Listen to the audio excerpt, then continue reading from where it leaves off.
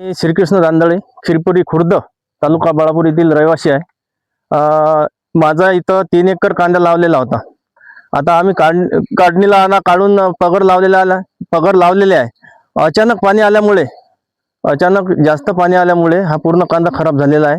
माझा जवळपास 400 क्विंटल 3-3.5 लाखाचं नुकसान झालेलं आहे.